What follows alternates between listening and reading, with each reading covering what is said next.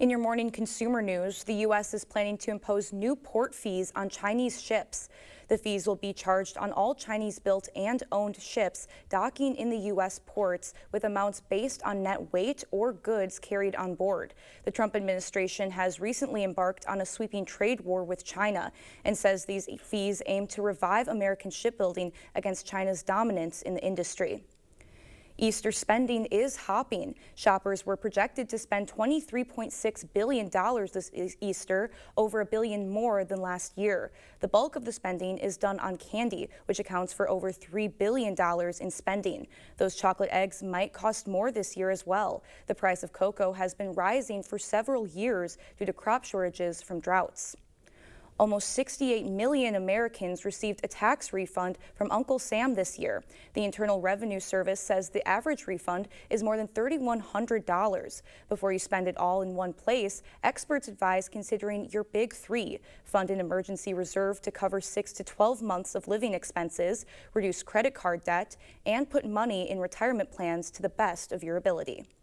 There's a scam making its way around. You've likely gotten a message about an overdue toll payment or an E-ZPass final reminder. Lee Waldman has more on one of the latest attempts to take your personal information.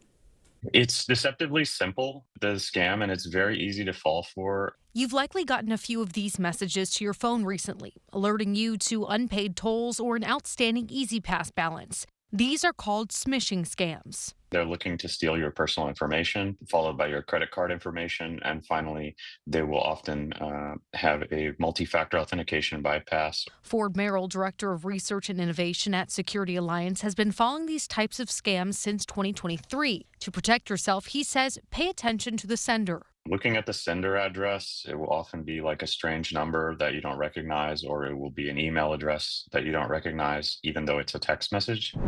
Frank Orr, the executive director of the New York State Thruway Authority, agrees, saying legitimate agencies like his will never try to collect payment over text or email. They will never ask you to pay a bill in this way. You either have an account or you have a formal process to pay your tolls by mail. His agency is working with New York Governor Kathy Hochul's office to warn the public about these scams, as well as what to do if you fall victim. If you do get one of these messages, Orr says simply delete it. Red flags should go off right away as to whether this is legitimate and real, and they should not engage if it's somebody by phone. If it's an email or text, they should delete it right away. In 2024, the Internet Crime Complaint Center received more than 60,000 complaints about the unpaid toll scam.